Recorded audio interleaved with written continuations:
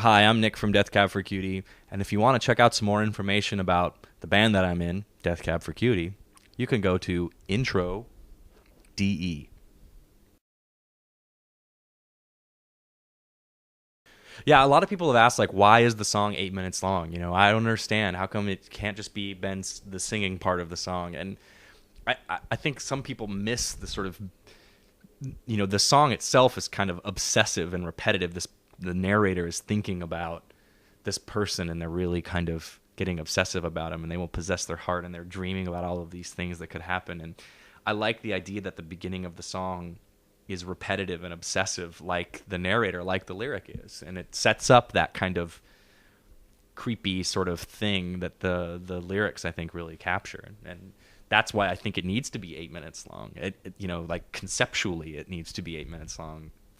2.5 minutes isn't enough time to share a thought about how kind of creepy it is to obsess about being in love with someone else. It's not, you can't share that sentiment in that short of time.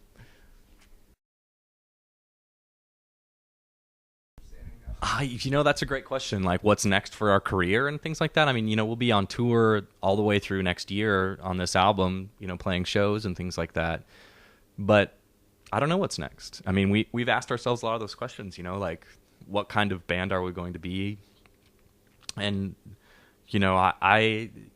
I know we're going to continue to make albums. I don't know how we're going to do that, or what they'll sound like. But we'll figure that out, I guess. I mean, I don't think we're the kind of band that suddenly is going to be like, what we really need to do? We need to have more.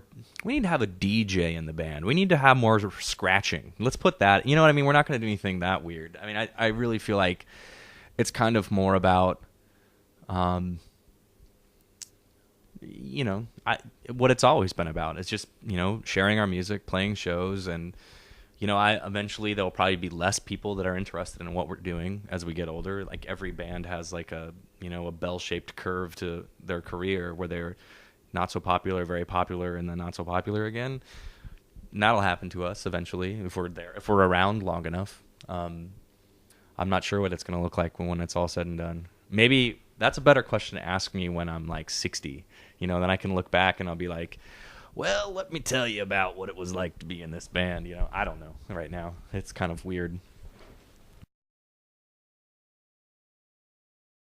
Chris has a solo album that came out called Field Manual, just earlier this year, excuse me. And I don't know if he's going to plan on doing some shows. He probably will play some shows around that some point. I mean, we're pretty busy with Death Cab stuff through the end of the year. But, he's got that. Ben and Jimmy, I don't know what they're going to do, if they're going to make another Postal Service record or not. They talk about it. They might. A lot of it's just time. If they have an opening, then they've got it and they'll do it. I'm not sure how much solo stuff will actually. None of us will have very much time to do solo projects between now and the end of this album cycle, which will probably be in like early summer of next year. But it's possible maybe fall of 2009 there'll be some more solo things that happen. We certainly have been a band that needs to do that kind of stuff in the past, and it's always been really healthy for us. So I hope that, I'd like to hear another Postal Service record. I like the first one a lot. But we'll see. I don't know.